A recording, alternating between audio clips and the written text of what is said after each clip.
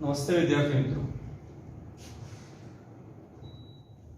Work energy end power આજે આપણે start કરી રહ્યા છીએ. ઓકે, 9th માં તમે ભણી ચૂક્યા છો થોડું, પણ એ 9th લેવલનું હતું. તો ઘરે તમારે પહેલા 9th ની બુક હોય કે જે હોય એ એકવાર દેખી લેજો, આઈડિયા આવે, બેસિક ભણવાની મજા આવે. સાયન્સમાં મજા આવશે તો મહેનત કરવાની મજા આવશે, ક્વેશ્ચન સોલ્વ કરવાની મજા આવશે, તો રિઝલ્ટ આવશે. ઇન્ટરેસ્ટ પડવો જોઈએ. ઓકે, નામ તો જાણો છો, નામ છે મારું દિનેશ ગોટોડ. તમારા મિકેનિક્સના જે ચેપ્ટર છે બહુ અગત્યના છે બેટા. એવું કહેવાય છે કે સાયન્સમાં ફિઝિક્સ જો વ્યવસ્થિત તમારે કરવું છે, એના ક્વેશ્ચન વ્યવસ્થિત સોલ્વ કરવા છે, 12th સુધીનું ફિઝિક્સ પરનું પકડ તમારે સારો કરવો છે, ગુમાવવો નથી. તમારે મિકેનિક્સના 11thના ચેપ્ટર કમ્પ્લીટ કરી દેવા પડે, સારા કરવા પડે. મિકેનિક્સ એટલે તમે અત્યાર સુધી થોડું ભણી ચૂક્યા છો, થોડું ભણશો હજુ આગળ. નામ કહ્યું છતાં એક તો તમારું motion in straight line, motion in plane, law of motion, work energy, power, અને આગળ જતા રોટેશન નામનું એક ચેપ્ટર આવશે. આ બધા છે તમારા મિકેનિક્સના પાર્ટ. અને એ તમારું જેટલું પકડ સારું હશે એટલું 12th સુધી તમને ભણવાની મજા આવશે. કારણ કે મૂળ વાતો આ જ હશે. અત્યારે ધારો કે ગુરુત્વાકર્ષણ ક્ષેત્રના સંદર્ભમાં હશે કે કણ ગતિ કરે છે આટલી, તો થોડા સમય પછી ગતિ કેટલી હશે એના પર બળની વાતો આવશે. 5મું ચેપ્ટર ભણી ગયા તો વેગમાનનો સંરક્ષણનો નિયમ આવશે, એના પર કાર્ય કેટલું, એની ઉર્જા કેટલી, પાવર કણનો કેટલો, બરોબર છે. એ ગુરુત્વાકર્ષણ ક્ષેત્રના સંદર્ભમાં આવશે. 12મામાં જશો એટલે એનું એ બધું વિદ્યુત ક્ષેત્રના સંદર્ભમાં આવશે. મિકેનિક્સ જ આવશે બધું.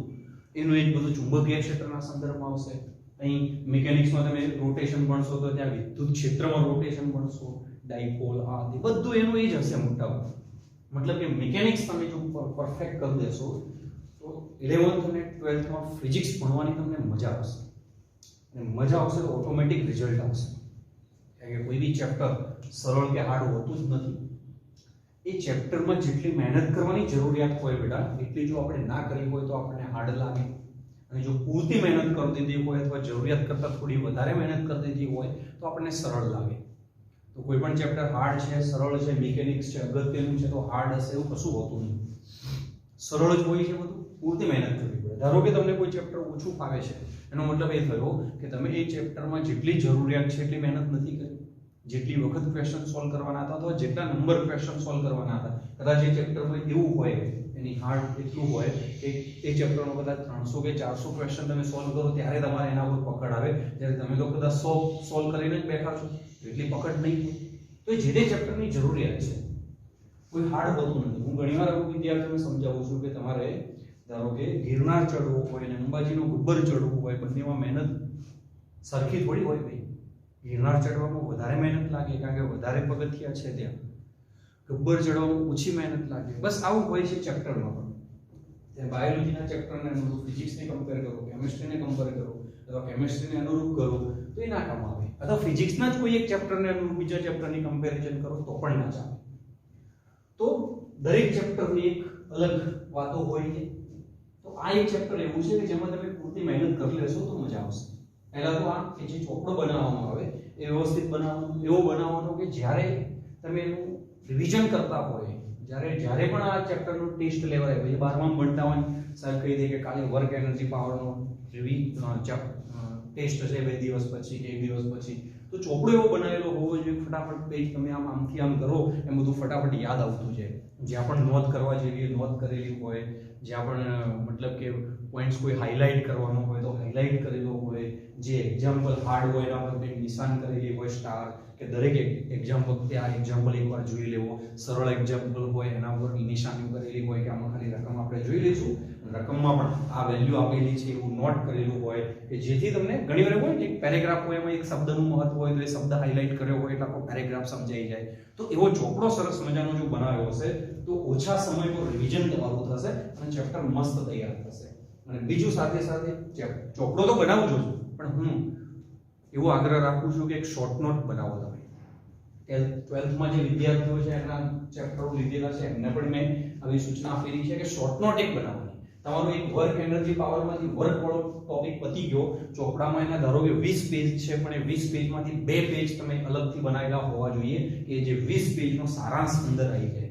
એ 2 પેજ વ્યવસ્થિત તૈયાર કરો. એમાં સૂત્રો છે, સૂત્રોમાં કઈ રીતે કયો સોલ્યુશન મેળવવાનું, એવી જે હિન્ટ છે, એ પ્રકારના 2 પેજ એવા બનાવેલા હોવા જોઈએ તમારા શોર્ટ નોટબુકમાં કે 20 પેજનો સારાંશ અંદર આવી જતો હોય તો 20 પેજની સાપેક્ષે તમારે 2 પેજ જ વાંચવાના. એ જ રીતે એનર્જી માટે એક પેજ બનાવી દો, પાવરનો નાનો ટોપિક છે તો અડધો પેજ બનાવી દો. મતલબ કે 4-5 પેજનો એક એવો ભાગ હોય કે જે આખો ચોપડો સોલ્વ કરવાની જગ્યાએ છેલ્લે એ 4-5 પેજ તમે જોઈ લો તો બધા જ સૂત્રો, બધા જ પ્રકારની હિન્ટ આ વિડિયોમાં આવી જતું હોય. આવી એક શોર્ટ નોટ બી બેટા તમે બનાવતા રહેજો.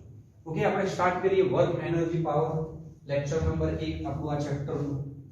ઓકે, ચલો વર્ક સ્ટાર્ટ કરીએ એના પહેલા આમ તો ચાલી ગયું છે, પણ હું ખાલી યાદ કરાવું છું તમને કે આપણે ત્યાં અલગ સિસ્ટમથી જે ચાલે છે એમાં વેક્ટર વાળી એક વાત આવે છે કે વર્ક તમારે ભણવું હોય તો ડોટ પ્રોડક્ટ તમારે ભણવો પડે. અને ડોટ પ્રોડક્ટ વાસ્તવમાં તમે ભણી ચૂક્યા છો, પણ તમારું ઉદાહરણ એક ડોટ પ્રોડક્ટને અનુરૂપ છે તો એ ઉદાહરણ એક તમારો હોમવર્ક છે. પહેલાનું આ ઉદાહરણ એક હોમવર્ક આગળ તમે ભણી ચૂક્યા છો. વેક્ટર જે બાલાસરે ચલાવ્યું આવી ગયું હશે એટલે હું ખાલી યાદ કરાવું છું. તો ઉદાહરણ એક તમારે જાતે કરી લેવું. આ હોમવર્ક છે તમારું. ઓકે, તો હું આ વાત કરતો હતો ડોટ પ્રોડક્ટ મારે યાદ કરાવવું છે, તો ગુણાકાર સદિશોનો યાદ કરાવવો છે. તો જો કોઈ સદિશ ભૌતિક રાશિ છે, ધારો કે એ ભૌતિક રાશિ છે સદિશ, આ નોંધેલું છે, હું યાદ કરાવું છું. જો આગળ નોંધેલું છે તો ચોપડામાં નોંધવાની જરૂર નથી, અને જો નથી નોંધેલું તો નોંધી દેવું, કારણ કે વેક્ટરનું ચેપ્ટર તમારે પતી ગયું છે. તો સદિશ એ છે એનો જુદી જુદી 4 પ્રકારે ગુણાકાર થઈ શકે. કોઈ પણ સદિશ એટલે કોઈ ભૌતિક રાશિ, બળ હોઈ શકે, આ વેગ હોઈ શકે, પ્રવેગ હોઈ શકે, બરોબર છે. આવી કોઈ સદિશ ભૌતિક રાશિ જેનો ગુણાકાર તમે એક તો કોઈ એક અચળાંક સાથે કરી શકો, અથવા અચળાંક સાથે ગુણાકારો આવતા હોય છે કરવાના. તો અચળાંક સાથે જ્યારે સદિશનો ગુણાકાર કરવામાં આવે તો એ ગુણાકાર કર્યા પછી જે જવાબ મળે એ જવાબ પણ સદિશ જ હોય અને એ જ ભૌતિક રાશિ હોય. મતલબ કે એ ભૌતિક રાશિનો કોઈ કે અચળાંક સાથે ગુણાકાર કરવામાં આવે તો નવી ભૌતિક રાશિ પણ એ જ હશે. મતલબ કે આ બળ હશે તો આ પણ બળ જ હશે. આ પ્રકારે ધારો કે કોઈ બળ હોય 5 ન્યૂટન પર મીટર, બીજા કેસમાં તમને કહ્યું છે બીજા એક પદાર્થ પર બમણું બળ લગાડવામાં આવે તો આ શું છે? અચળાંક. નવી ભૌતિક રાશિ પણ શું હશે? બળ જ હશે. તો સદિશ છે એનો અચળાંક સાથે શું કર્યો? તમે ગુણાકાર કર્યો. પહેલા કેસમાં 5 ન્યૂટન બળ આપ્યું હોય તો બીજા કેસમાં કેટલું બેટા આપ્યું હશે? 10 ન્યૂટન બળ આપ્યું હશે. F ની દિશા એ જ F ડેશ ની દિશા હશે, બરોબર છે. આ બધું તમે ભણી ચૂક્યા છો. તો એક સદિશનો અચળાંક સાથેનો ગુણાકાર આવે. સિમ્પલ છે એટલે આમાં આપણે વધારે ધ્યાન આપતા નથી. બીજી વાત છે અચળાંક સાથે ગુણાકાર કરીએ તો જવાબ સદિશ આવે. જવાબ જે આવે કેવો આવે? અહીં હું લખું સદિશ આવે. જવાબ છે સદિશ હોય. ઉદાહરણ આપ્યું આપણે e' બરાબર કે a ની દિશા એ જ a' ની દિશા. ઓકે, બીજી વાત કરીએ છીએ કે સદિશ ભૌતિક રાશિનો ગુણાકાર અદિશ ભૌતિક રાશિ સાથે હોય. કોઈ અદિશ ભૌતિક રાશિ છે ધારો કે x, એના જોડે સદિશનો ગુણાકાર હોય તો પણ જવાબ જે આવે એ સદિશ જ હોય. x ની સોરી a ની જે દિશા હશે એ જ જવાબની દિશા હશે. જેમ કે f બરાબર m. પ્રવેગનો ગુણાકાર સદિશ ભૌતિક રાશિનો દળ નામની અદિશ ભૌતિક રાશિ સાથે ગુણાકાર કર્યો. શું મળ્યું તમને? બળ. બળ એક એવી ભૌતિક રાશિ સદિશ. તો કોઈ સદિશ ભૌતિક રાશિનો ગુણાકાર અદિશ ભૌતિક રાશિ સાથે કરવામાં આવે તો જવાબ હંમેશા સદિશ જ મળે છે. આ ભૌતિક રાશિ કઈ હશે? આ બંનેના ભૌતિક રાશિના ગુણાકારનું પરિમાણ જે બનતું હશે ભૌતિક રાશિ હશે. અહીં તો અચળાંક તો એટલે એનું કોઈ પરિમાણ આવે નહીં, પણ અહીં તો આ એક દળ નામની ભૌતિક રાશિ છે એનું પરિમાણ આવે, પ્રવેગનું પરિમાણ આવે. એ બંનેનું થઈ જે પરિમાણ થતું હોય એ પ્રકારની ભૌતિક રાશિ હશે. તો સદિશનો ગુણાકાર અદિશ સાથે. પણ જો સદિશનો ગુણાકાર સદિશ સાથે કરવામાં આવે, બીજી કોઈ ભૌતિક રાશિ છે b ધારો કે, જે પણ સદિશ છે આ સદિશ ભૌતિક રાશિનો આ સદિશ ભૌતિક રાશિ સાથે ગુણાકાર કરવામાં આવે તો બેટા બે પ્રકારે ગુણાકાર કરવામાં આવે છે અને એને અનુરૂપ એના બે પ્રકાર પડે છે. એકને આપણે કહીએ છીએ અદિશ ગુણાકાર અને એકને આપણે કહીએ છીએ સદિશ ગુણાકાર. અહીં લખીએ અદિશ ગુણાકાર. આ બધું ભણી ચૂક્યા છો. ડોટ પ્રોડક્ટ કહીએ છીએ. અહીં છે એને કહીએ છીએ સદિશ ગુણાકાર.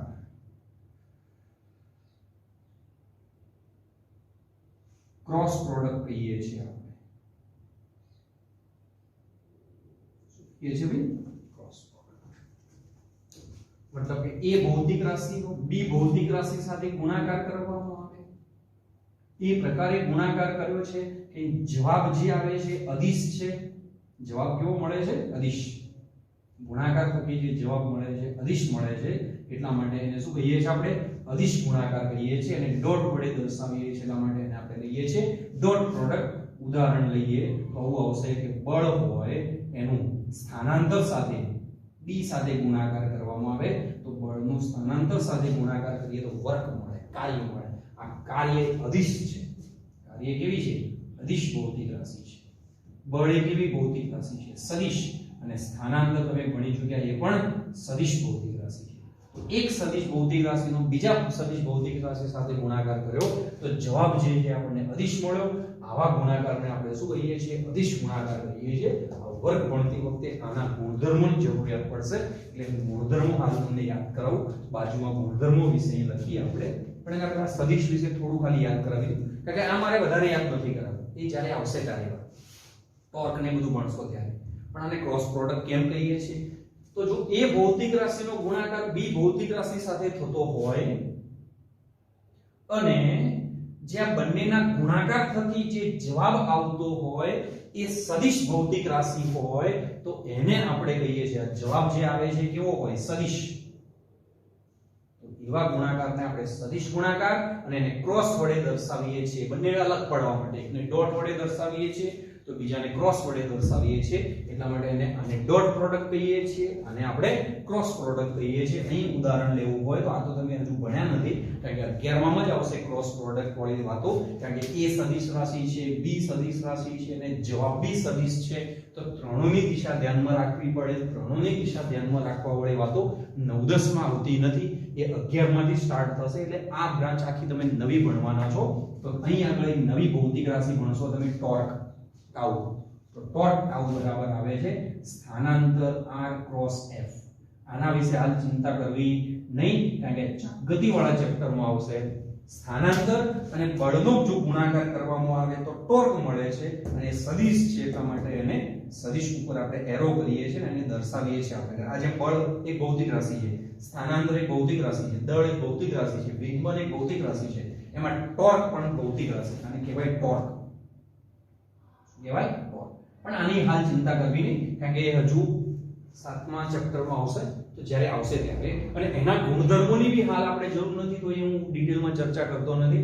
ડોટ પ્રોડક્ટના ગુણધર્મોની આપણે જરૂર છે હાલ તો એની થોડી ચર્ચા કરી દઈએ કારણ કે એ તમને યાદ હોવા જોઈએ અથવા આગળ જે ચેપ્ટર તમારું ચાલેલું છે એમાં એકવાર દેખી લેવાય આના ગુણધર્મો. આના જેટલા બી એક્ઝામ્પલ ચલાયા હોય એ દેખી લેવા. એ આવડતું હશે તો વર્ક તમને શોધતા આવડશે કારણ કે 9માં જે વર્ક ભણે નથી શોધવાનું, 11માં જે વર્ક ભણો છે શોધવાનું છે, નીટ અને જેડબલ માં જે વર્ક ભણો છે શોધવાનું છે. તો ડોટ પ્રોડક્ટના બધા જ ગુણધર્મો તમને આવડતા હોવા જોઈએ. એક એક કરીને ગુણધર્મની વાત કરીએ તો એક તો વાત આવે છે ક્રમના નિયમની.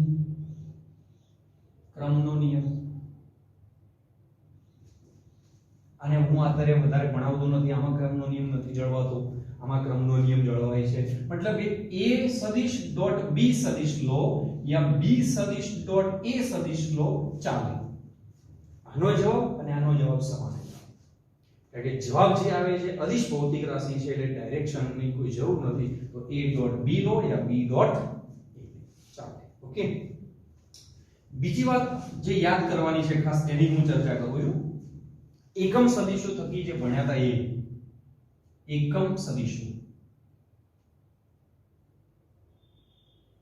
x અમને રજૂ કરવા માટે i કેપ એકમ સદિશ લીધો તો આપણે, y અમને રજૂ કરવા માટે j કેપ એકમ સદિશ લીધો હતો અને z આપણે રજૂ કરવા માટે k કેપ એકમ સદિશ લીધો હતો. એને અનુરૂપ આપણે ભણ્યા હતા કે જો i ડોટ i હોય કે ગુણાકાર કરતા હોય અને ક્યાંક i ડોટ i આવે કે j ડોટ j આવે કે પછી k ડોટ k આવે બેટા તો જવાબ આવતો તો 1. તો યાદ રાખજો i dot i j dot j કે k ડોટ k હોય તો તમારે 1 લેવાનું છે. અને બીજું હતું કે i ડોટ j હોય કે પછી j ડોટ k હોય કે પછી k dot j sorry k dot i બાકી રહ્યું k ડોટ i હોય કેનાથી ઉલટું j ડોટ k એક જ જવાબ છે. આ બધાનો જવાબ આવશે 0. કેટલો આવશે 0. i ડોટ j હોય કે j ડોટ i હોય j ડોટ k હોય કે k ડોટ j હોય k ડોટ i હોય કે i ડોટ k હોય હંમેશા જવાબ કેટલો આવે 0. અને ત્રીજી વાત આપણે જરૂરિયાત પડશે તો એ હું લખી દઉં. ધારો કે કોઈ સદિશ છે એ સદિશ ઘટકો સ્વરૂપે આપેલો છે તમને axi cap plus ayj cap plus azk cap અને બીજો એક સદિશ છે ઘટકો વાળો પોઈન્ટ ઘટકો એવું લખી દેજો b સદિશ બરાબર bxi cap plus byj cap plus bzk cap બરોબર છે. આવા બે સદિશો હોય તમારે આ અધિશ ગુણાકાર વાળો જે ભાગ છે એમાં આ અને આ બધું લખવું છે બધું લખવાનું છે ધ્યાન રાખજો. અને એ ઘટકો સ્વરૂપે જે આપણે લીધું એનો ડોટ ગુણાકાર લેવાનો આવે. ખ્યાલ આવે ને? આના વિશે આટલું જ છે, આના વિશે આટલું છે, આના વિશે આગળ છે ગુણધર્મો પણ આ ચેપ્ટરમાં જરૂર નથી તો મેં એને વધારે હાઇલાઇટ કર્યા નથી. આ જે ડોટ પ્રોડક્ટ છે જો અહીં મેં લખ્યું અધિશ સદિશ સદિશ તો આના જેટલા ગુણધર્મો છે બધાનો ઉપયોગ ક્યાંક ને ક્યાંક આવશે તો એ તમને યાદ કરવાનો પ્રયત્ન કરું છું તો ફરી એકવાર યાદ આવી જાય. જો કે ટેસ્ટ આપીને આવ્યા છો એટલે યાદ જ છે પણ છતાં ઓકે. આ એકમ સદિશો વાળી અને ઘટકો સ્વરૂપે સદિશો આપેલા છે a અને b અને એનો ડોટ ગુણાકાર લેવો છે આપણે તો આવું લેતા a ડોટ b બરોબર છે. તો અહીં આવે ax i cap plus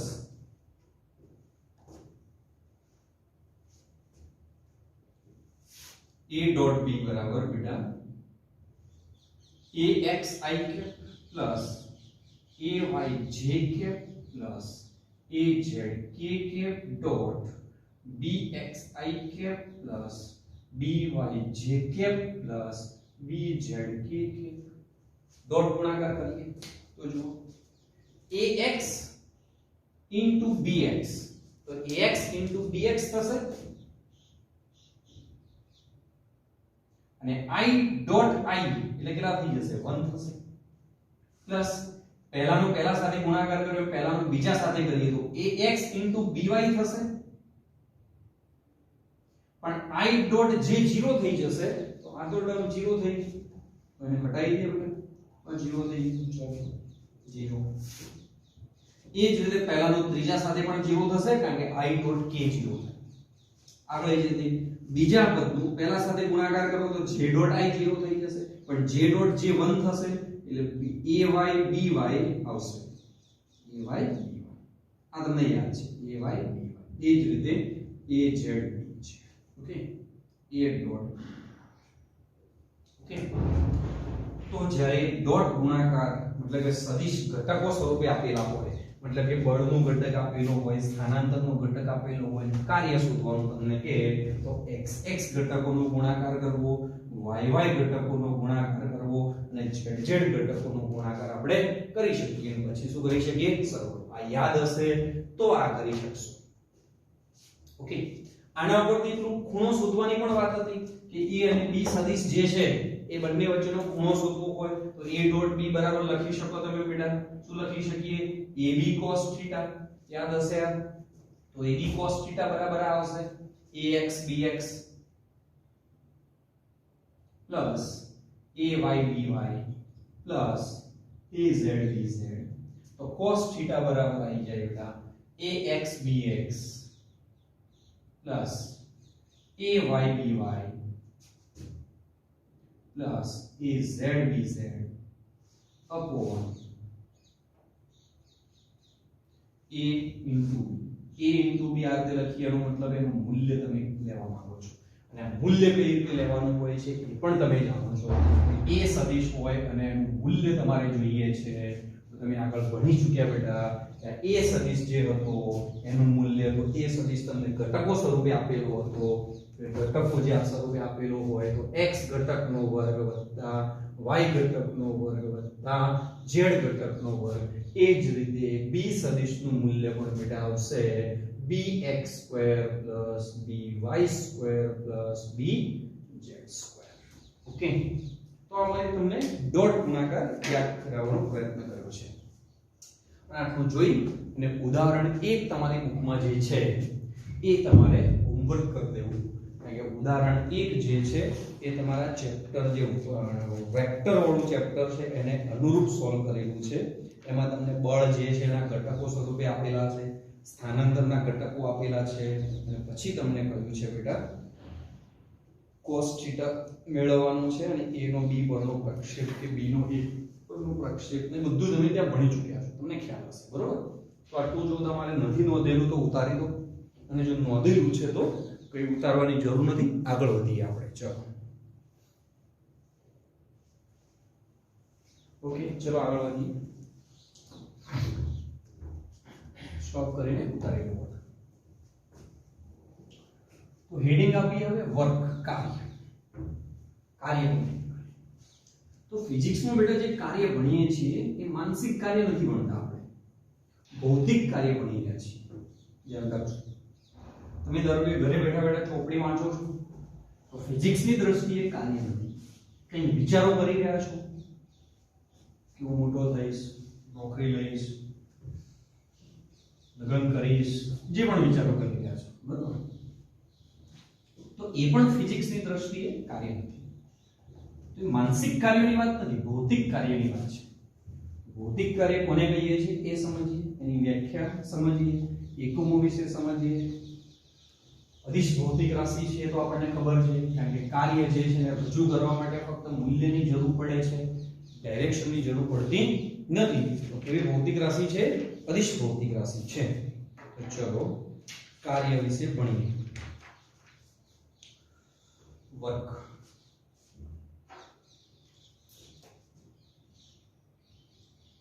heading આવશે વર્ક, કાર્ય. બેઝિક ઇન્ફોર્મેશન, કાર્યની બેઝિક માહિતી મેળવવી. ધારો કે કોઈ પદાર્થ છે, ભૌતિક વિજ્ઞાનમાં કાર્ય કોને કહીએ છીએ એ સમજવા માટે એક પદાર્થ લઈએ. આ પદાર્થ પર બળ લગાડીએ F અને બળના કારણે પદાર્થનું સ્થાનાંતર થાય. ધારો કે D, થોડા સમય પછી આ પદાર્થ અહીં આવી જાય તો કહી શકાય હા પદાર્થ પર કાર્ય થયું, કોઈએ કાર્ય કર્યું, પદાર્થ અહીં હતો એને અહીં લાવ્યા. તો કાર્ય આપણે કહીએ છીએ. કોઈ પણ પદાર્થ પર બળ લગાડીએ ત્યારે બળની દિશામાં જો પદાર્થનું સ્થાનાંતર થાય, સ્થાનાંતરની દિશા પણ આ જ થઈ, D ની દિશા પણ આ જ થશે. પદાર્થ પર બળ લગાડતા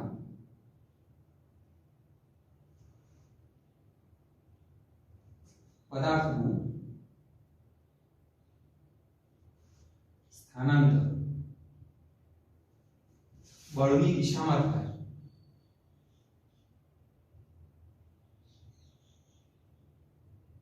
તો બળ અને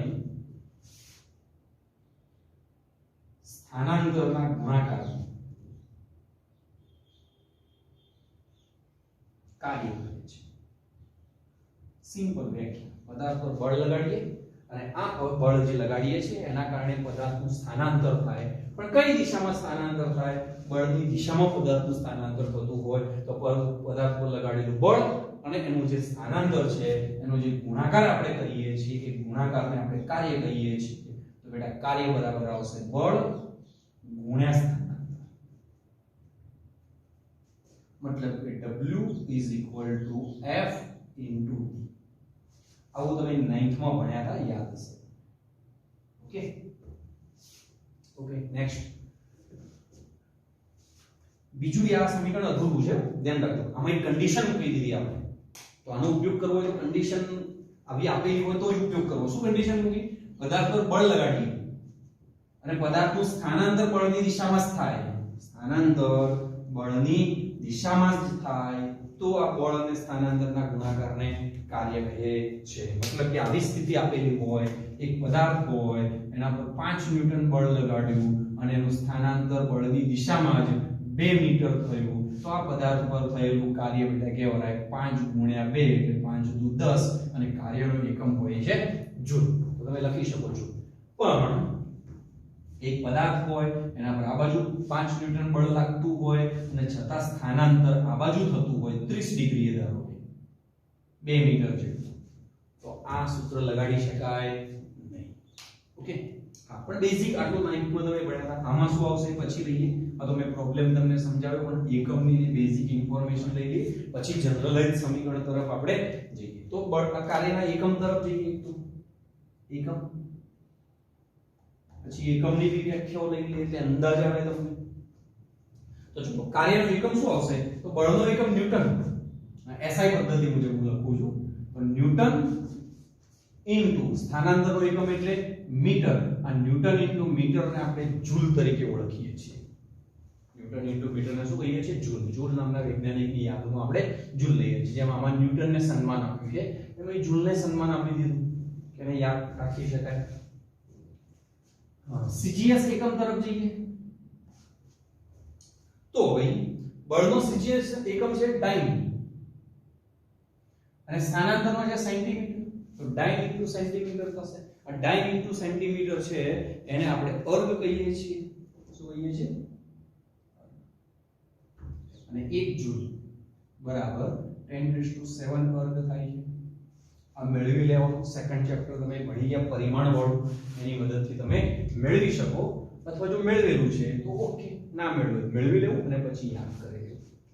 બીજા પણ એકમો આવે છે, જેમ કે ન્યુક્લિયર ફિઝિક્સ કે ત્યાં તમે ભણશો ત્યારે તમારે ઇલેક્ટ્રોવોલ્ટ એકમની જરૂર પડશે. તો 1 ઇલેક્ટ્રોવોલ્ટ બરાબર, આ ઇલેક્ટ્રોવોલ્ટ બી એનર્જી અથવા કાર્યનો એકમ છે. તો એ હોય છે 1.6 ગુણ્યા 10⁻⁹ જૂલ હોય છે. 1.6 into 10⁻⁹ અને બીજું એક હોય છે કેલરી. 1 કેલરી તમે હીટ વાળા ચેપ્ટર ભણશો ત્યારે આની જરૂર પડશે 4.2 જૂલ. જો કે એ ભણી ચૂક્યા છો હીટ વાળું, સોરી મારી ભૂલ થઈ, તો તમને ખ્યાલ જ હશે. તો આટલા એકમો હોય છે. ઓકે, તો પછી 1 જૂલ કાર્ય કોને કહેવાય? મતલબ 1 જૂલની વ્યાખ્યા આપવી હોય તો શું આપી શકાય? અને સાથે સાથે એની સમજ બી મારે તમને આપવી છે કે 1 જૂલ એટલે બહુ મોટું કાર્ય નથી, મોટો પહાડ ઉપાડવા જેટલું કામ નથી, બહુ નાનું કાર્ય છે. એટલા માટે એની વ્યાખ્યા પણ લખીએ અને એની સમજ પણ મેળવીએ. તો 1 જૂલ કાર્ય કોને કહેવાય? તો વિચારો, કોઈ પદાર્થ છે, એના પર 1 ન્યૂટન તમે બળ લગાડો અને એના કારણે એનું સ્થાનાંતર બળની દિશામાં 1 મીટર જેટલું થતું હોય. 1 ન્યૂટન બળ લગાડ્યું અને સ્થાનાંતર પણ બળની દિશામાં 1 મીટર જેટલું થયું, તો એ કાર્ય કેટલું કર્યું કહેવાય? બળ 1 ન્યૂટન, સ્થાનાંતર 1 ગુણ્યા 1 એટલે કાર્ય થયું 1 જૂલ. તો વ્યાખ્યા અહીં લખાઈ જાય કે કોઈ પદાર્થ પર 1 ન્યૂટન બળ લગાડતા હોય અને એનું સ્થાનાંતર 1 મીટર જેટલું થતું હોય, તો એ પદાર્થ પર આપણે 1 જૂલ જેટલું કાર્ય કર્યું કહેવાય. 1 ન્યૂટન બળની અસર હેઠળ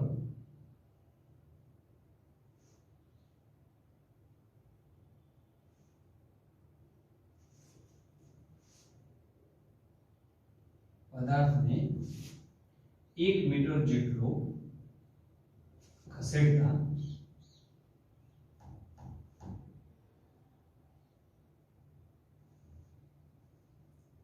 થયેલા કાર્યને 1 જૂલ કાર્ય કહે છે. મારા અક્ષર થોડા એટલા બધા સારા નથી એમ, અને તમને અનુભવ હવે થઈ ગયો છે આવા અક્ષરોનો બેટા. પછી તો ટેવાઈ જશું. મને કોઈ બહુ સંકોચ નથી, કારણ કે ગાંધીજીના બી આવા જ હતા. ઓકે, ચલો છોડાઈ બધી વાતો. તો 1 ન્યૂટન બળની અસર હેઠળ પદાર્થને 1 મીટર જેટલો ખસેડવામાં આવે. લખવું તમે લખી શકો, બળની દિશામાં 1 મીટર જેટલો ખસેડવામાં આવે તો એ પદાર્થ પર થયેલા કાર્યને 1 જૂલ કાર્ય કહે છે. આવી વ્યાખ્યા તમે 9th માં ગોખી હશે અથવા યાદ કરી હશે. તો હવે હું તમને એક પ્રશ્ન પૂછું કે આ કાર્ય કેટલું મોટું છે કે કેટલું નાનું છે? તો પ્રશ્નની સીધી સમજૂતી દો ને. આંબી વિડિયો છે એટલે કોઈ પ્રશ્નનું મહત્વ રહેશે નહીં. તમે આંબી વિડિયો વેટ જ કરશો. તો જુઓ, હા, તો હું આ તમને ફીલ માટે કહું છું કે આ કેટલું કાર્ય થયું. તો સમજો, તમારા હાથ ઉપર 100 ગ્રામનો બાટ છે, 100 ગ્રામનો બાટ જોયેલો હશે, આ કેટલો છે 100 ગ્રામ, ખાલી સમજ માટે કે 1 જૂલ કાર્ય બહુ નાનું કાર્ય છે. આ 100 ગ્રામના બાટને તમે આમ 1 મીટર જેટલો ઉચકો છો, કેટલો ઉચકો છો 1 મીટર જેટલો ઉચકો છો, તો તમે 100 ગ્રામના બાટને 1 મીટર જેટલો ઉચકો ત્યારે 1 જૂલ કાર્ય કેટલું કહેવાય. કારણ કે 100 ગ્રામના બાટને ઉંચકવું હોય તો તમારે ઉપરની તરફ કેટલું બળ લગાડવું પડે વિચારો. આનું દળ છે 100 ગ્રામ, ઓકે, તમારા હાથ ઉપર છે તો એ તમારા હાથ ઉપર કેટલું બળ આપતું હશે mg જેટલું. m કેટલા છે બેટા 100 ગ્રામ એટલે 0.1 થશે SI માં, અને g બરાબર કેટલા છે 10, તો કેટલા થશે 1 ન્યૂટન. 1 ન્યૂટન બળની જો ફીલિંગ લેવી હોય તો 1 ન્યૂટન બળ એટલે 100 ગ્રામનો બાટ તમારા હાથ ઉપર પડ્યો હોય તો સમજી લેવાનું કે તમારા હાથ ઉપર 1 ન્યૂટન જેટલું બળ આપી રહ્યો છે. હવે આટલું જ કે એના કરતા સહેજ વધારે બળ જેવું તમે આપવા લાગશો કે તરત જ ઉપર જવા લાગશે, અને એમ કરતા કરતા તમે 1 મીટર જેટલો ઉપર લઈ ગયા તો તમે કેટલું કાર્ય કર્યું કહેવાય, તમે કેટલું બળ આપ્યું 1 ન્યૂટન, સ્થાનાંતર કેટલું કરાવ્યું 1 મીટર, તો કેટલું કાર્ય થયું કહેવાય 1 જૂલ. મતલબ કે 100 ગ્રામના બાટને તમે ઉચકો 1 મીટર અંતર સુધી તો તમે 1 જૂલ કાર્ય કર્યું કહેવાય. તો તમને એક અંદાજ આવે કે જૂલ એ બહુ મોટો એકમ નથી, તો એ અર્થ તો એના કરતા કેટલો નાનો હશે વિચારી શકો, બહુ નાનો. ઓકે,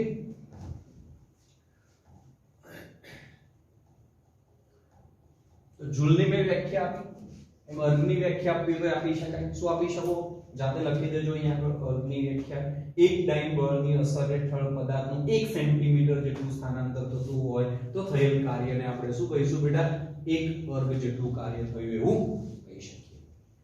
આ જે કાર્ય છે અદિશ ભૌતિક રાશિ છે તો એ પણ લખી દઈએ કે અદિશ ભૌતિક રાશિ છે, અદિશ રાશિ છે. એવી ભૌતિક રાશિ છે ભાઈ, અદિશ ભૌતિક રાશિ. એનું પારિમાણિક સૂત્ર બી તમે મેળવી ચૂક્યા છો, અથવા બળનું પારિમાણિક સૂત્ર જાણો છો, સ્થાનાંતરનું પારિમાણિક સૂત્ર જાણો છો, તો કાર્યનું પારિમાણિક સૂત્ર મળી જશે m1 l2 t 2. અને અમારે મેળવી લેવું અથવા તમને ખ્યાલ છે. ઓકે, તો આટલું નોંધી લો. ચલો કાર્ય હવે આગળ વધીએ. ચલો તો ભાઈ આ તો અહીં કન્ડિશન એક મૂકી દીધી હતી. જુઓ જનરલાઇઝ તરફ ધીમે ધીમે થતા જઈએ આપણે. હર ટાઈમ એવું નથી હોતું કે બળ લગાડીએ એ જ દિશામાં પદાર્થનું સ્થાનાંતર થાય. જો થોડા ઉદાહરણ, તમે કદાચ કેરમ રમ્યા હશો, ના રમ્યા હોય તો ઘરે જ છો તો રમજો, ફ્રી જશો, ફ્રી છો બેટા તેનો ઉપયોગ કરજો. સરસ મજાની તક મળી છે તમને મિકેનિક્સ જેવા ચેપ્ટર બરોબર તૈયાર કરવા માટે. વિડિયોની એક વખત બે વખત તમે જોઈ શકો છો. તકનો ઉપયોગ કરજો. આવવા જવાનો સમય નથી બગડતો, સ્કૂલે આવવા જવાનો, હવે ઘણી બધી તક છે તમારી. અહીંથી તમે સ્ટ્રાઇકર વડે મારતા હોવ છો, બ્લેક અને વ્હાઇટ તૂતરીઓ હોય છે જે કોઈ તો તમને મને ખબર નહીં. અહીં તમારો ટાર્ગેટ છે અને તમારે અહીં ખસેડવું છે, આ કારણામાં લઈ જવાનું હોય છે. તમે અહીંથી સ્ટ્રાઇક કરશો તો તમે આમ એને મારશો, સાઈડમાં આમ બળ લગાડશો અને સાઈડમાં લાગશે એટલા માટે જશે આમ. તો જો બળ આ બાજુ લગાડ્યું આમ, એવું જ કરો છો, સાઈડમાં મારો છો તો બળ આ બાજુ લગાડ્યું તો જાય છે આમ. મતલબ કે વ્યવહારમાં ગણતરીઓ કરવા માટે હર ટાઈમ બળ અને સ્થાનાંતર એક જ દિશામાં હોય એવું જરૂરી નથી. એનો મતલબ આપણે હજુ થોડું આગળ વધવું પડશે, આ સમીકરણને જનરલાઇઝ કરવું પડશે. આ તો કન્ડિશનલ ઇક્વેશન છે. કઈ કે બળ અને સ્થાનાંતર એક જ દિશામાં હોય તો જ ગણતરી કરી શકીએ છીએ આપણે. દરેક વ્યવહારિક કોયડાઓને ઉકેલ મેળવવો હોય તો હજુ એમાં સુધારો કરવો પડશે. આવા બીજા બી ઉદાહરણો ઘણા લઈ શકાય ભાઈ. તમે કદાચ નાના છોકરાઓ જોયા હોય રમતા, ઘણીવાર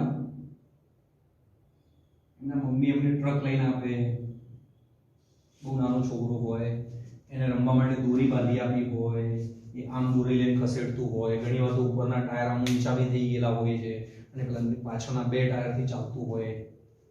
તો આ જે છે એ ટ્રક ચાલે છે આ બાજુ, આમ ચાલતો ચાલતો જાય છે, ત્રાસો. ધારો કે આમ ઊંચા થઈ ગયા છે બે ટાયર, તો આમ ચાલતો જાય છે. એવું જ હોય છે. એટલે બેગ કેમ આપણે આમ ખસેડતા હોઈએ એટલે શું થાય? તો ઘરે બી પ્રયત્ન કરજો, કોઈ રમકડું હોય તમે આમ બળ આપે જજો તો એ ખસેડાતું જશે આમ. એનું સ્થાનાંતર આ દિશામાં થશે, બળ આમ આપો છો તો બળ આમ આપીએ છીએ, સ્થાનાંતર આમ થાય છે. b ની દિશા f ની દિશા. ઓકે, આવા ઘણા ઉદાહરણ લઈ શકાય. બરોબર. તો વ્યવહારમાં બળ અને સ્થાનાંતર એક જ દિશામાં હોય એવું જરૂરી નથી. તો શું કરવું કાર્યની ગણતરી કરવા? તો જુઓ અહીં આગળ વધીએ આપણે. અહીં એક નાનો હેડિંગ આપું કે જો બળ અને સ્થાનાંતર વચ્ચે થીટા ખૂણો હોય, બળ અને સ્થાનાંતર વચ્ચે થીટા ખૂણો હોય તો કઈ રીતે ગણતરીઓ કરવી જુઓ. આ દોરવા જરૂર નહીં, આ તો મેં ઉદાહરણ આપ્યા.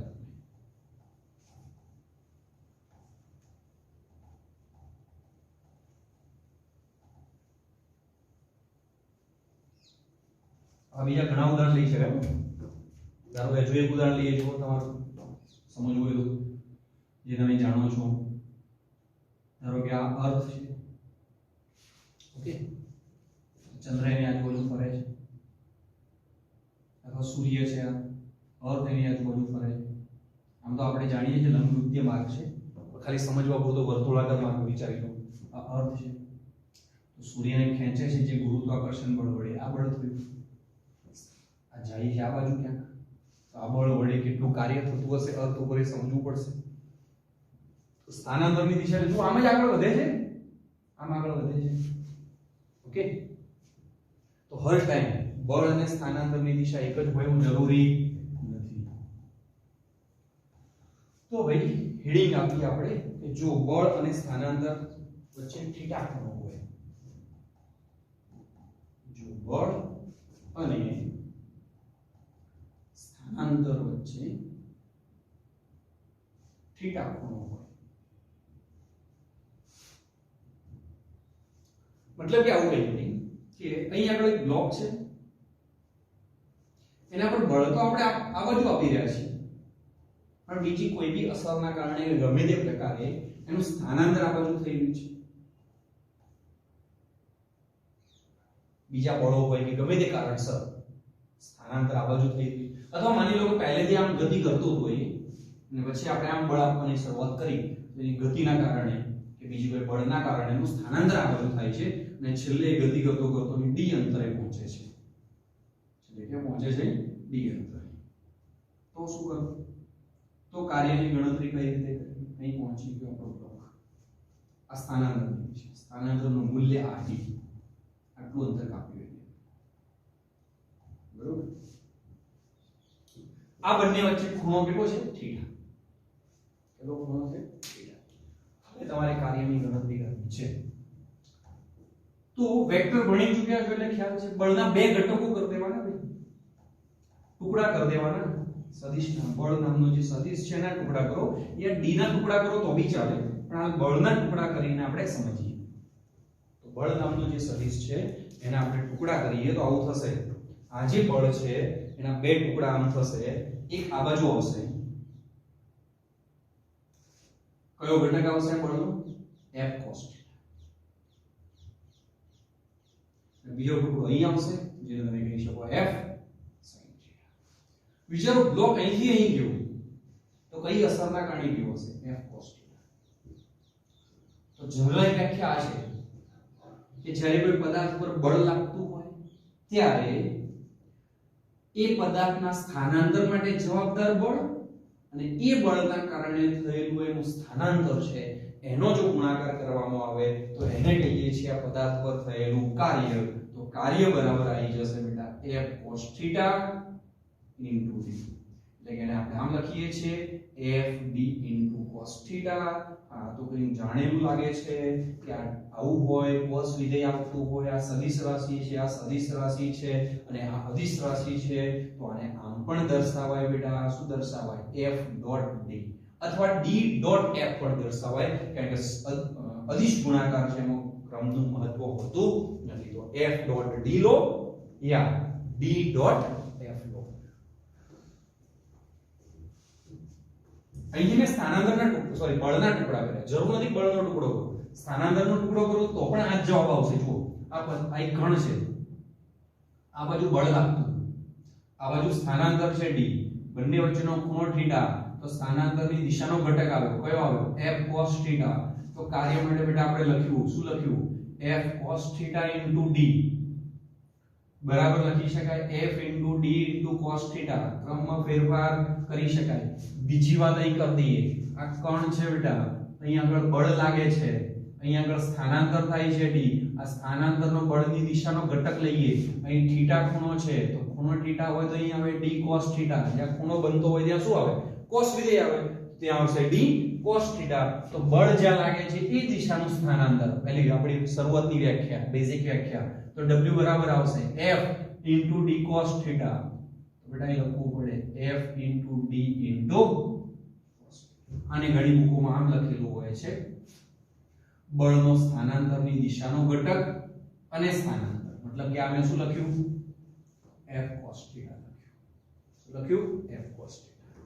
એ જ રીતે અહીં ઘણીવાર લખેલું હોય છે કોઈ બુકોમાં, બળની દિશાનો સ્થાનાંતરનો ઘટક, તો સ્થાનાંતરનો પેરેલલ ઘટક બળની દિશાનો, તો d પેરેલલ. તો મતલબ કે બળનો ઘટક લેવાનો છે, કઈ દિશાનો? સ્થાનાંતરની દિશાનો, અને પછી સિમ્પલ ગુણાકાર કરી દેવાનો. કઈ એ જ રીતે સ્થાનાંતરનો ઘટક લેવાનો છે, કઈ દિશાનો? બળની દિશાનો, પછી બંનેનો ગુણાકાર કરી દેવાનો છે. ઓકે, અદિશ ગુણાકાર, સોરી અહીં તો પછી ડોટ પ્રોડક્ટ નો કેમ કહેશો રહેશે. જો f તમને સદિશ સ્વરૂપે આપેલો હોય અને d સદિશ સ્વરૂપે આપેલો હોય તો ડોટ ગુણાકાર કઈ રીતે કરવો એની હાલ જ મેં વાત કરી ચૂક્યો છું, અથવા એની તમે પ્રેક્ટિસ કરી લેશો એવો વિશ્વાસ મને છે. ચલો હવે આગળ વધીએ, કાર્યના પ્રકાર જોઈએ. બરોબર છે, તો લખો કાર્યના પ્રકાર.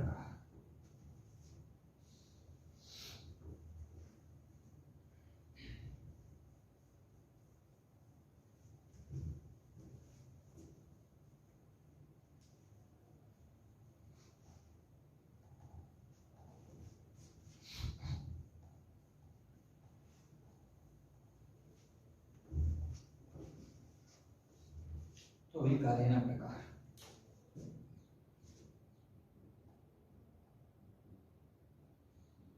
તો કાર્યના મુખ્ય 3 પ્રકાર છે બેટા. એકને આપણે કહીએ છીએ ધન કાર્ય, મતલબ કે w આપણને ધન મળે. ક્યારે મળે તો જોઈએ. ધારો કે આ બ્લોક છે, પદાર્થ છે, એના પર f બળ લાગે છે, બળની દિશામાં સ્થાનાંતર થાય છે, f અને d વચ્ચેનો ખૂણો કેટલો થયો? 0. જનરલાઈઝ આપણું સમીકરણ આપણને આ મળ્યું f * d * cos θ. θ એટલે 0 લઈશું, cos 0 બરાબર 1 થશે, અને cos 0 બરાબર જે 1 છે એની મેક્સિમમ વેલ્યુ +1, બરોબર? cos +1, તો અહીં આવશે w બરાબર +f * જે પણ મૂલ્ય આવશે ધન આવશે. આવા કાર્યને આપણે શું કહીએ છીએ? ધન કાર્ય. આ જ કિસ્સામાં બને એવું જરૂરી નથી. જુઓ, ધારો કે બળ આમ લાગતું હોય, f d આમ હોય, ખૂણો θ બરાબર 30 ડિગ્રી હોય, તો તમારે કાર્ય લેવું પડે w બરાબર f * d * cos 30. આ કઈ મૂલ્ય છે? 5. આ કઈ મૂલ્ય છે? 2. તો એ તો ગુણાકાર જ થયો, આના ઉપર આધાર રાખશે જવાબ ધન આવશે કે ઋણ આવશે. cos 30 બરાબર શું લો છો તમે? √3/2 લો છો, તો +√3/2 લો છો, +√3/2. જો sin હોત તો શું લો?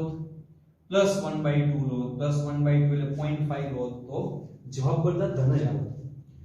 તો આ જે બળ છે સ્થાનાંતર કરતા ખૂણો વધતો ક્યાં સુધી ધન આવશે? જો આ f અને d વચ્ચેનો ખૂણો 90 કરતા સહેજ ઓછો હોય અને ક્યાં સુધી? 0 સુધી હોય, એ દરેક કેસમાં cos વિધેય ધન મળે. cos વિધેય પહેલા ચરણમાં ધન મળે, ઈ cos પહેલા ચરણમાં કેવું મળે? ધન મળે. યાદ હશે, મેથેમેટિકલ ટૂલ્સ તમે ભણી ગયા. મતલબ કે 0 થી લઈને 90 સુધી cos ધન મળે છે, 0 થી લઈને 90 સુધી cos ધન મળે છે, તો એ દરેક કેસમાં કાર્ય કેવું મળશે? ધન મળશે. તો લખી શકીએ કે આ f અને d વચ્ચેનો જે ખૂણો છે θ, તો સમીકરણ લખેલું ત્યાં લખી દેજો. w બરાબર આપણે લખ્યું f * d * cos θ, ત્યાં લખી દેજો જ્યાં θ એટલે f અને d વચ્ચેનો ખૂણો. જો કે આગળ આ તમે લખી ચૂક્યા છો, a ડોટ b માં a * b * cos θ, તો ત્યાં લખતા તમે a અને b વચ્ચેનો ખૂણો, તો અહીં f અને d વચ્ચેનો ખૂણો. ઓકે, હવે યાદ મતલબ કે f અને d વચ્ચેનો જે ખૂણો θ છે, એ θ ખૂણો છે એ 0 હોય કે θ નું મૂલ્ય 0 કરતા મોટું હોય, પણ ક્યાં સુધી આવે? 90 જેટલું બને, તો દરેક કેસમાં cos વિધેય ધન મળે છે અને આવા કાર્યને આપણે શું કહીએ છીએ ધન કાર્ય તરીકે ઓળખીએ છીએ તો થીટા ની રેન્જ આ છે કે જો theta 0 less than or equal to theta less than 90 હોય તો w ધન મળે છે તેને ધન કાર્ય કહે છે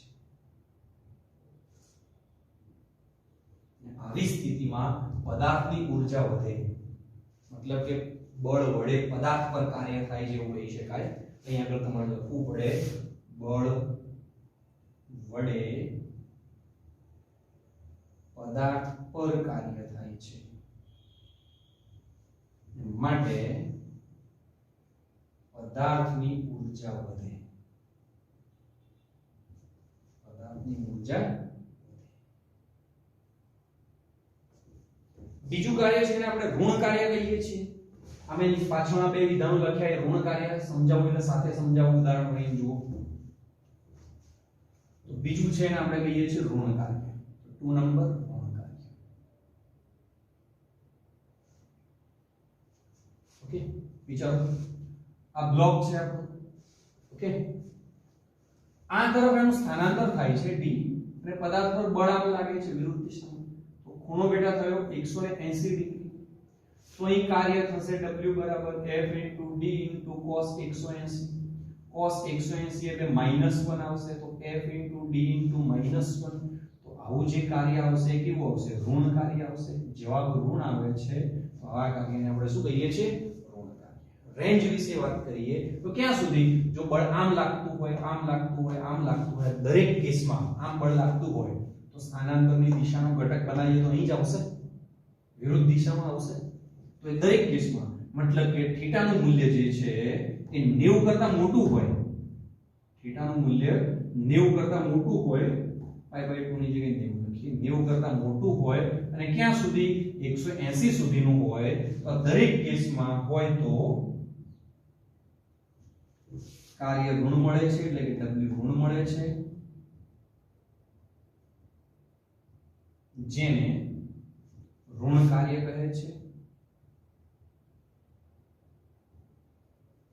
ઓકે અહીં આપણે લખ્યું હતું બળ વડે પદાર્થ પર કાર્ય થાય છે માટે પદાર્થની ઊર્જા વધે અહીં લખવું પડે આપણે પદાર્થ વડે બળની વિરુદ્ધ કાર્ય થાય છે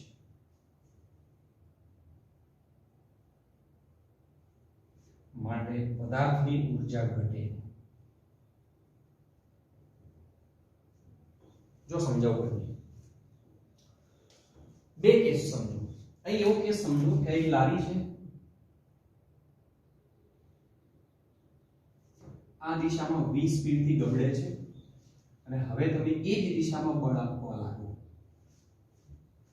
તો એની સ્પીડ વધશે એનો મતલબ એની ગતિ ઊર્જા વધશે અહીં શું છે એ જ લારી છે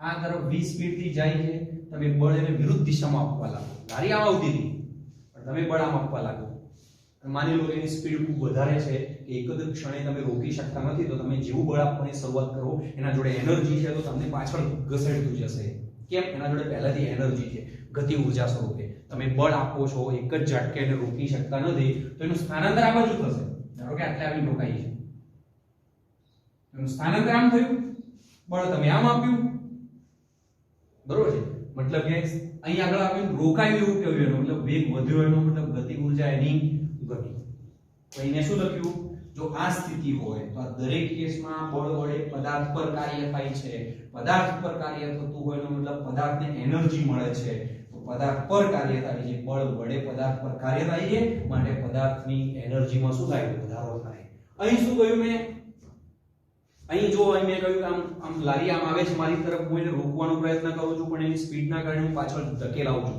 તો હું તો આમ કાર્ય કરવા માંગુ છું છતાં લારી આ બાજુ આવી તો આ બાજુ કાર્ય થયું કોણે કર્યું પદાર્થે પોતે કર્યું કેમ પદાર્થ જોડે પહેલેથી એનર્જી હતી તમે તો એને આ બાજુ બળ આપ્યું પણ છતાં પદાર્થ ઘસડીને તમને એ બાજુ લઈ ગયો પહેલેથી એના જોડે એનર્જી હતી એટલા માટે તો અહીં શું લખવું પડે?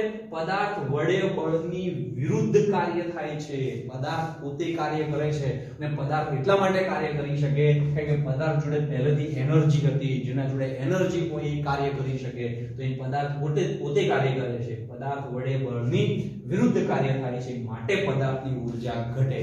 પદાર્થ કાર્ય કરતો હોય તો એની ઊર્જા ઘટે. પદાર્થ પર કાર્ય થતું હોય તો પદાર્થની ઊર્જા વધે. પદાર્થ પર કાર્ય થશે કે બળની દિશા અને સ્થાનાંતરની દિશા એક જ બાજુ હોય અથવા બળ એ રીતે આપ્યું હોય કે બળનો એક ઘટક સ્થાનાંતર તરફ આવતો હોય. પદાર્થ ક્યારે કાર્ય કરતો હશે અથવા એની ઊર્જા ક્યારે ઘટતી હશે કે બળની દિશા અને સ્થાનાંતરની દિશા વિરુદ્ધ બાજુ હોય અથવા બળનો એક ઘટક જે છે સ્થાનાંતરની વિરુદ્ધ બાજુ આવતો હોય. તો પદાર્થ કાર્ય કરતો હશે બળની વિરુદ્ધ બાજુ જઈને કાર્ય કરતો હશે. એટલા માટે પદાર્થ કાર્ય કરે છે તો એની ઊર્જા શું થશે? ઘટશે. તો આ કેસમાં પદાર્થની ઊર્જા મળે, આ કેસમાં પદાર્થની ઊર્જા ખર્ચાય એટલે પદાર્થની ઊર્જામાં ઘટાડો થાય. ઓકે, લાસ્ટ જોઈએ શૂન્ય કાર્ય. શૂન્ય કાર્ય ત્રીજું છે શૂન્ય કાર્ય. પછી એક્ઝામ્પલ લઈએ આપણે, મજા આવશે તમને.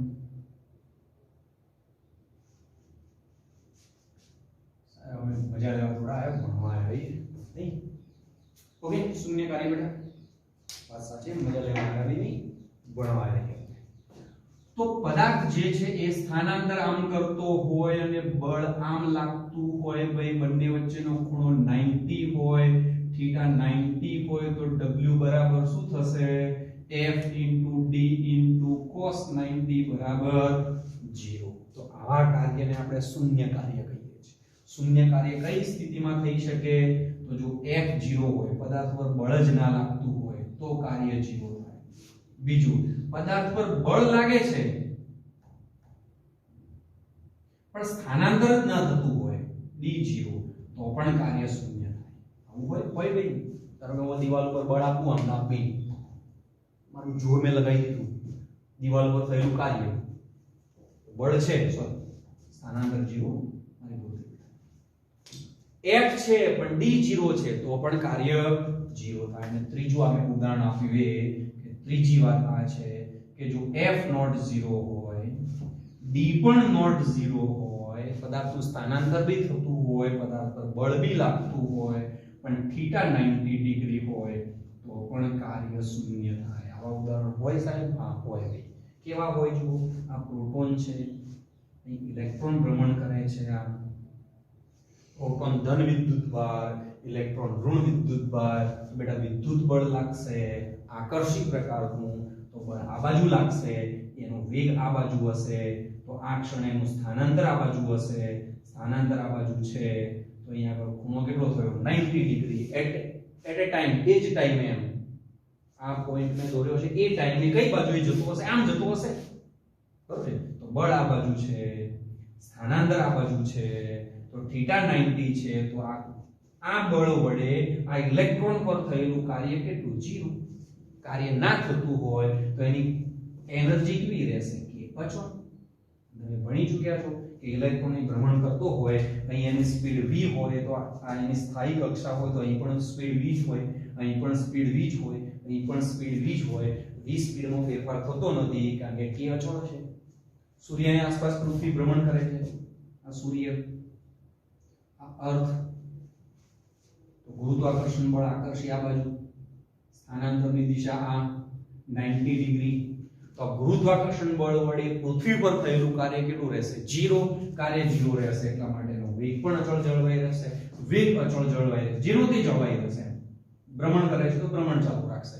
એટલા માટે પૃથ્વી રોટેશન ચાલુ રાખશે, નહીં તો જીવ સૃષ્ટિ શક્ય જ ના બને. તો આ બધું કુદરતની કમાલ ગણો કે જે ગણો એ. પણ ટૂંકમાં સાયન્ટિફિક ભાષામાં કહીએ તો પદાર્થ પર કોઈ કાર્ય જ થયું નથી તો એની ગતિ ઊર્જા કેવી રહે? અચળ જળવાય. પદાર્થ પર કોઈ કાર્ય જ થયું નથી તો એની ગતિ ઊર્જા કેવી રહે? અચળ જળવાય રહે. ઓકે, એને આપણે કહીએ છીએ શૂન્ય કાર્ય. શૂન્ય કાર્યનું બી મહત્વ છે. ઓકે, હા, દિશા ચોક્કસ બદલે એ તો તમે ભણી ચૂક્યા છો. દિશા ચોક્કસ બદલે પદાર્થ. ચલો આટલું નોંધી લેશું ફટાફટ, બરોબર છે? વિડિયોને સ્ટોપ કરીને હું તો આગળ વધતો રહું અને તમારે વિડિયો સ્ટોપ જ કરવાનો છે. દેખો, દિશા ચોક્કસ બદલે પણ v એનો અચળ જળવાય એમ કહેવામાં આવશે. આવું તમે ભણ્યા હતા પદાર્થ છે બરોબર છે આ બાજુ બળ લગાડો છો મતલબ એ બાજુ પ્રવેગ છે પ્રવેગની દિશા એ બળની દિશા ભણ્યા છો તમે બરોબર છે તો પદાર્થના વેગમાં શું થાય વધારો ઓકે પ્રવેગની દિશા અને વેગની દિશા એક જ હોય તો વેગમાં વધારો થાય બળની દિશા એ પ્રવેગની દિશા હોય બળની દિશા એ પ્રવેગની દિશા એ રીતે તમે ભણ્યા હતા આગળના ચેપ્ટરોમાં તો વેગ વધે એ જ મેં કહ્યું પહેલા કેસમાં કે બળ સ્થાનાંતરની દિશામાં હોય તો એને વેગ વધે એની ઊર્જામાં વધારો થાય બીજો કેસ પદાર્થ છે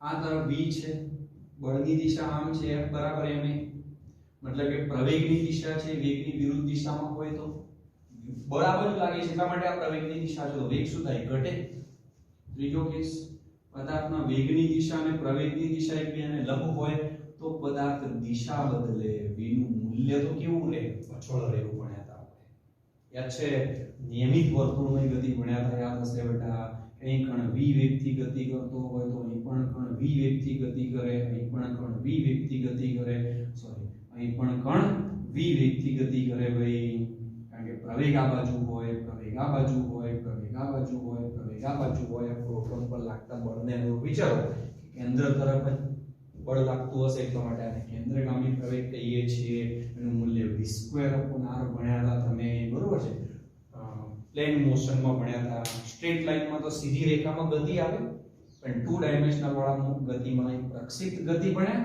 અને એક વર્તુળ ગતિ તમે ભણ્યા હશો ઓકે ચલો આગળ વધીએ તો આટલી વાતો તમે ભણી ચૂક્યા છો આ નોંધી લેવા તો મેં ખાલી તમને થોડી હિન્ટ આપી સમજાવ્યું આગળ તમે ભણેલા છો ઓકે થોડા એક્ઝામ્પલ લઈએ ચલો હવે સરસ મજાના થોડા એક્ઝામ્પલ એક તો તમે પેલું ઉદાહરણ 6.1 નોંધ્યું હશે બરોબર એ સિવાયના બીજા થોડા એક્ઝામ્પલ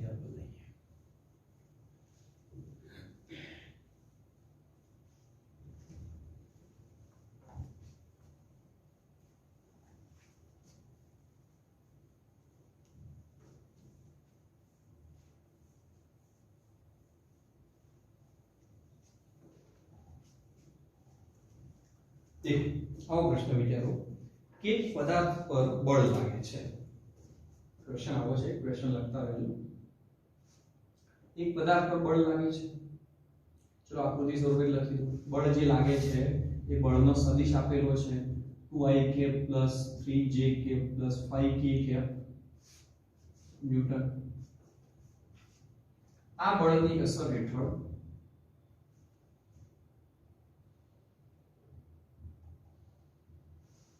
પદાર્થ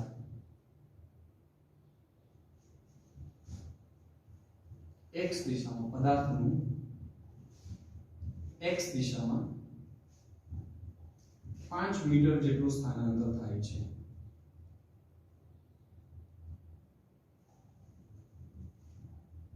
તો પદાર્થ પર થયેલું કાર્ય શોધો એક પદાર્થ પર યા એક કણ પર બળ લાગે છે 2i k 3j k 5k 2 dimensional બોર્ડમાં ક્યાંક વચ્ચે સદિશ છે એ પ્રકારે બળ લાગે છે અને પદાર્થનું સ્થાનાંતર થાય છે x દિશામાં 5 મીટર તો કાર્ય શોધો તો f તો સદિશ સ્વરૂપે આપેલો છે પણ d પણ સદિશ સ્વરૂપે આપેલો છે 5ik સિમ્પલ સોલ્યુશન છે બેટા કે કાર્યમાં તમે ભણી ગયા ભાઈ સદિશ સ્વરૂપે આપેલું છે તો f ડોટ d લેવું પડે f ડોટ d લેતા હોય તો આ ડોટ આ લેવું પડે મતલબ કે 2i cap plus 3j cap plus 5k cap dot 2i cap આપણે જાણીએ છીએ કે i ડોટ i જ 1 થાય સોરી આ મેં લીધું 5 આવે 5 ગુણ્યા 2 10 જૂલ થશે કારણ કે j dot i 0 k dot i 0 dot product ભણી ગયા હોય તો ખબર હશે આગળ મેં એ વખતે સમજાવ્યું કે હંમેશા xx ઘટકોનો ગુણાકાર વત્તા yy ઘટકોનો ગુણાકાર વત્તા zz ઘટકોનો ગુણાકાર તો અહીં y ઘટક કેટલો છે 0 z ઘટક બી કેટલો છે 0 તો xx ઘટકોનો ગુણાકાર કરો yy ઘટકોનો ગુણાકાર કરો zz ઘટકોનો ગુણાકાર કરો કંઈ નથી આપ્યું તો લખવાની જરૂર નથી. ઓકે, ચલો બીજો લઈએ પ્રશ્ન. બીજા પ્રશ્નમાં તમને આવું કહ્યું છે એક પદાર્થ પર બળ લાગે છે.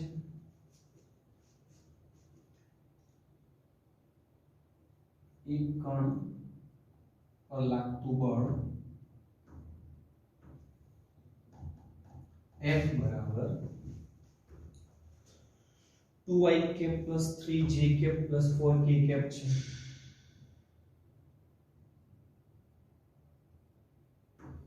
ન્યૂટન છે. પદાર્થનું સ્થાનાંતર અથવા કણનું સ્થાનાંતર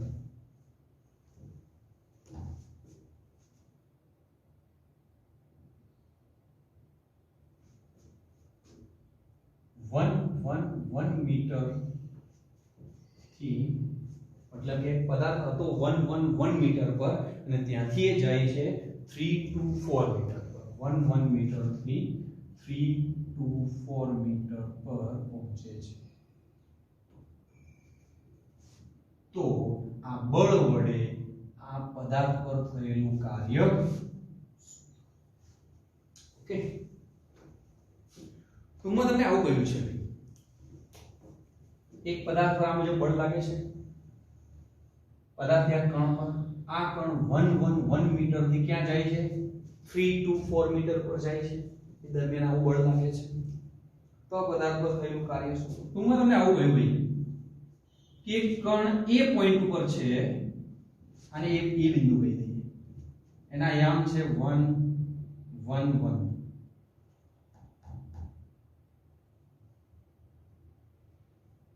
ઓકે, ત્યાંથી એને લઈ ગયા આપણે બી પોઈન્ટ ઉપર.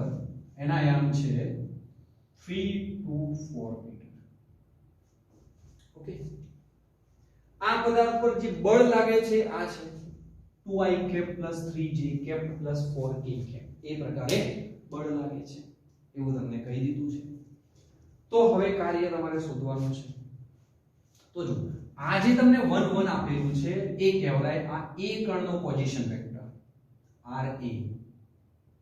RA બરાબર બેટા થઈ જાય 1 1 1 લખો અથવા લખો i j k. તમે ભણી ચૂક્યા છો એટલે ખ્યાલ હશે. અને આ જે 3 to 4 છે એ b કણ છે, b પોઝિશન છે, એનો પોઝિશન વેક્ટર છે. તો RB બરાબર થઈ ગયું શું આવશે? 3i cap plus 2j cap plus 4k cap. અને બળ લાગ્યું, જે કણ પર બળ લાગે છે આ છે 2i cap plus 3j cap plus 4k cap. Okay, આવી વાત છે. તો આ બળ લાગે છે અને એનું સ્થાનાંતર આ થયું કહેવાય, આ પોઝિશન વેક્ટર કહેવાય. જો અહીંથી જુઓ છો, તમે આગળ ભણી ચૂક્યા છો એટલે ખ્યાલ હશે. તો એક કણ અહીં દેખાશે તો એનો પોઝિશન વેક્ટર આ થયો, એને કહેવાય RA. પણ અહીંથી જુઓ છો તો બી કણ અહીં દેખાશે તો એનો પોઝિશન વેક્ટર આ. પણ આ A થી જુઓ તો અહીં આગળ ગયો કણ અહીં હતો એ અહીં ગયો, એનો મતલબ અહીંથી અહીં ગયો, મતલબ કે A ની સાપેક્ષે B નો પોઝિશન વેક્ટર જોઈએ તમારે. તો B નો પોઝિશન વેક્ટર જોઈએ છે A ની સાપેક્ષે. એટલું ડિસ્પ્લેસમેન્ટ થયું કહેવાય. પ્રારંભમાં ક્યાં છે કણ? A ઉપર. અંતિમમાં ક્યાં પહોંચ્યો? B ઉપર. તો શું લેવું પડે? B નો પોઝિશન વેક્ટર A ની સાપેક્ષે. તો RB એ બરાબર આવશે બેટા RB માઈનસ, યાદ કરો, અંતિમ માઈનસ પ્રારંભિક. તો એટલું આ સ્થાનાંતર થયું કહેવાય. આ તમારો D વેક્ટર કહેવાય. કણ અહીંથી અહીં આવ્યો તો ડિસ્પ્લેસમેન્ટ વેક્ટર તો આ જ કહેવાય. તમને તો 1 1 1 એ A નો વેક્ટર આપેલો છે, 3 2 4 એ B નો વેક્ટર આપેલો છે. તમારે તો જરૂર કઈ પડે? આ વેક્ટરની જરૂર પડે. આ વેક્ટર આરતે શોધતા આપણે તો B બરાબર છે તમારું શું છે? 3i અથવા 3 2 4 એ રીતે લખું. 3 2 4 માઈનસ 1 1 1. ત્રણમાંથી એક જાય, બાદબાકીમાં પણ તમે ભણી ગયા હતા વેક્ટરમાં ભાઈ કે x ઘટકોની બાદબાકી થાય. 3 ઓછા 1 એટલે 2 આવશે, 2 ઓછા 1 એટલે 1 આવશે, 4 ઓછા 1 એટલે 3 આવશે. તો D વેક્ટર આટલો મળે. D વેક્ટર આટલો છે. વેક્ટર ફોર્મમાં લખવું તો આવું આવે 2i cap j cap 3k cap તો હવે તમે વર્ગ નીકાળી શકો w બરાબર બેટા આવશે f ડોટ b f તમને આપેલો છે કેટલો આપેલો છે તો 2i cap 3j cap 4k cap dot b તમને મળ્યો 2i cap j cap 3k cap okay તો તમે જાણો છો ડોટ પ્રોડક્ટ કઈ રીતે લેવું x x ઘટકોનો ગુણાકાર કરી શકો તો 2 ગુણ્યા 2 4 3 ગુણ્યા 1 3 4 ગુણ્યા 3 એટલે 12 બરોબર છે તો કેટલા આવશે 4 7 9 એટલે 19 જૂલ કેટલું કાર્ય થયું કહેવાય ભાઈ 19 ઉતારી દો ચલો આગળ વધીએ એકાદો એક્ઝામ્પલ લઈએ બરોબર ફટાફટ જો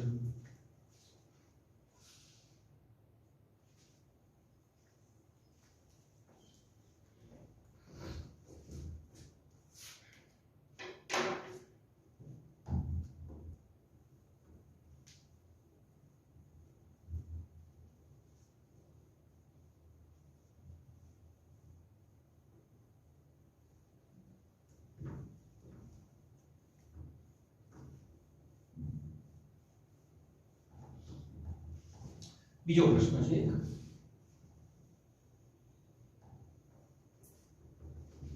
આવો પ્રશ્ન છે કે એક 10 કિલોગ્રામનો બ્લોક છે કેટલો છે બેટા 10 કિલોગ્રામનો બ્લોક છે સ્થિર છે ઓકે તો E બરાબર 0 થશે એના પર 5 ન્યૂટન બળ લગાડવામાં આવે છે ઓકે કેટલું બળ લગાડ્યું સ્થિર છે તો બળની દિશામાં એની ગતિ થશે હવે તમને કહ્યું છે કે 5 ન્યૂટન બળ લગાડતો 1 સેકન્ડમાં થતું કાર્ય શોધો પ્રશ્ન છે તમારો 1 સેકન્ડમાં થતું કાર્ય શોધો તો પહેલા તો એ શોધવું પડે કે એક બળ તો છે તમારે 1 સેકન્ડમાં એનું સ્થાનાંતર કેટલું થશે બરોબર છે નોંધી લેજો 1 સેકન્ડમાં થતું કાર્ય શોધો તો આ જે બ્લોક છે એ 1 સેકન્ડમાં ક્યાં પહોંચશે નક્કી કરવું ધારો કે અહીં આવે છે 1 સેકન્ડ d જેટલું આગળ વધે તો 1 સેકન્ડમાં નું સ્થાનાંતર શોધવું તો કઈ રીતે શોધશું બળ આપેલું છે દળ આપેલું છે તો પદાર્થ કેટલો પ્રવેગિત થશે મળી જશે f બરાબર m અને f આપેલો છે 5 બરોબર છે અને m આપેલો છે 10 તો અહીં લખીએ 5 m છે 10 બરાબર a તો a બરાબર આવશે 10 છે 5 ભાગ્યા 10 બરોબર બરાબર 1/2 મીટર પર સેકન્ડ આટલો પ્રવેગિત થયો હોય તો 1 સેકન્ડમાં કેટલા અંતર સુધી પહોંચશે જેટલા અંતરે પહોંચશે એ સ્થાનાંતર તો 1 સેકન્ડ આ કાપેલું અંતર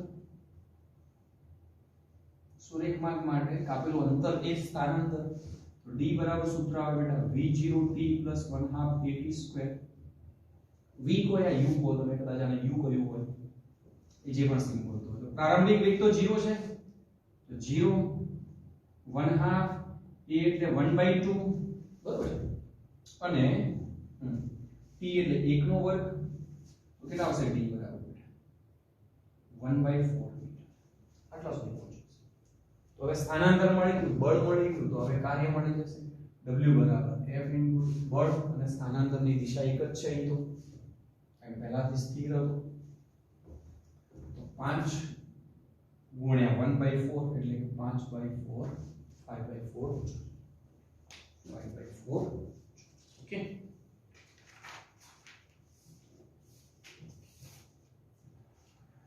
ચલો એક પ્રશ્ન હોમવર્ક આપો કાલે આપણે ગણીશું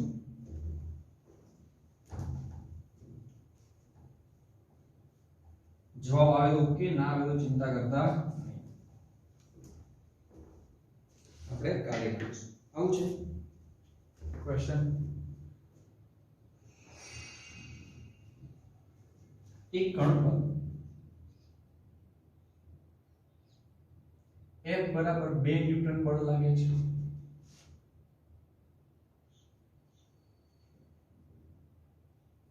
કણ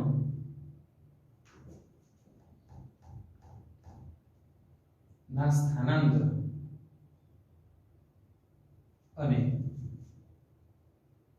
સમયનું સમીકરણ, કણનું જે સ્થાનાંતર થાય છે એ સ્થાનાંતર અને સમયનું સમીકરણ છે t બરાબર √x + 3 છે. તો 6 સેકન્ડમાં કણ પર થયેલું કાર્ય શોધો.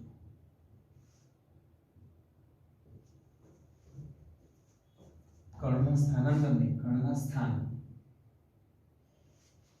સ્થાન અને સમયનું સમીકરણ છે. મતલબ કે કણ 1 સેકન્ડે ક્યાં હશે એ અહીંથી મળી જશે, આ સ્થાન છે, આ સમય છે. 2 સેકન્ડે ક્યાં હશે, 6 સેકન્ડે ક્યાં હશે અહીંથી મળી જશે. કણ પર લાગતું બળ કેટલું છે, 2 ન્યૂટન છે. મતલબ કે જુદા જુદા સમયે કણ જુદી જુદી જગ્યાએ છે. તો પછી તમને કહ્યું છે કે આ કણ પર 6 સેકન્ડમાં આ બળ વડે થયેલું કાર્ય 6 સેકન્ડમાં કણ પર બળ વડે થયેલું, કણ પર F બરાબર 2 ન્યૂટન બળ વડે થયેલ કાર્ય શોધો. ઓકે, ફરીથી વાંચો, મારા અક્ષર સારા છે છતાં ફરી વાંચો. એક કણ પર F બરાબર 2 ન્યૂટન બળ લાગે છે. કણના સ્થાન અને સમયનું સમીકરણ t બરાબર √x + 3 છે. તો 6 સેકન્ડમાં કણ પર F બરાબર 2 ન્યૂટન બળ વડે 6 સેકન્ડમાં કણ પર F બરાબર 2 ન્યૂટન બળ વડે થયેલું કાર્ય આટલું શોધશું. જવાબ કાલે જોઈશું કેટલો આવે છે. તમારો જે જવાબ આવે સાચો. ઓકે, ચાલો તો બાય.